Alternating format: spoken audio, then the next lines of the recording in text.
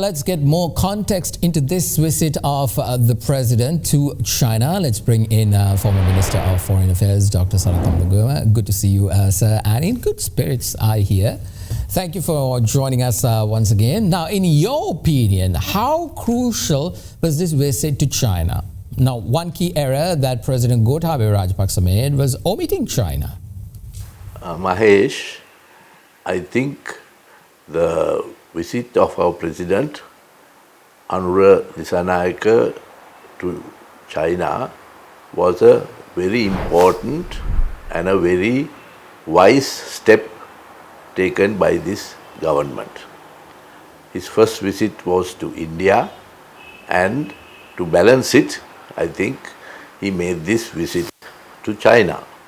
We all know today that you cannot have internal affairs without considering the external factor, particularly Sri Lanka, which is located in a very strategic position, which is very important for the geopolitics of the region, has to be very careful and also very proactive when it comes to the external factor.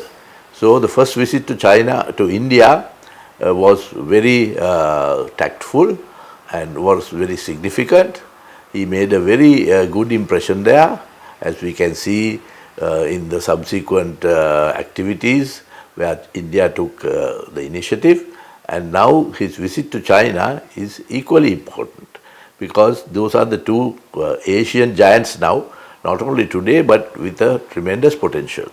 Both these giants are now apprehensive of the change of regime in the United States.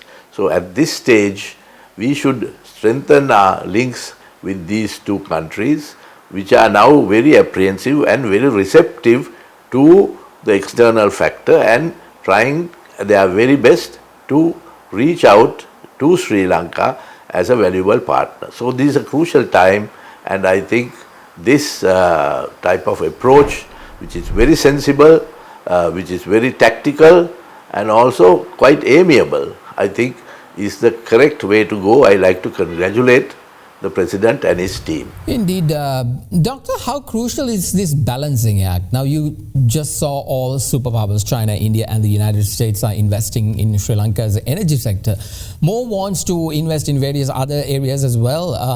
While investment is good, it also beats the question of sovereignty and more so on independence. How crucial is this balancing act?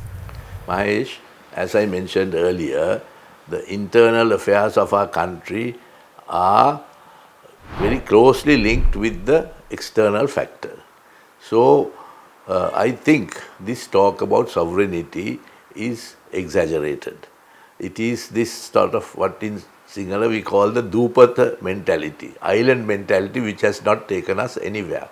As you mentioned, the earlier regime of Gotabaya is the best example of trying to be an island, island nation, trying to be a Dupat Manasikatva, which brought us into a terrible mess. So I think this government is on the right track. The government is capable, or the country is capable of looking after its sovereignty. We have to very wisely manage the investment. But one thing is quite true, that unless we have investments, we are done for. There's no sovereignty that we can rescue or save if we don't have the investments and we can bring this country on a development path. All this nonsense of talking sovereignty is by people who have never taken a single decision regarding how to make this economy grow, how to see that we become a rich country.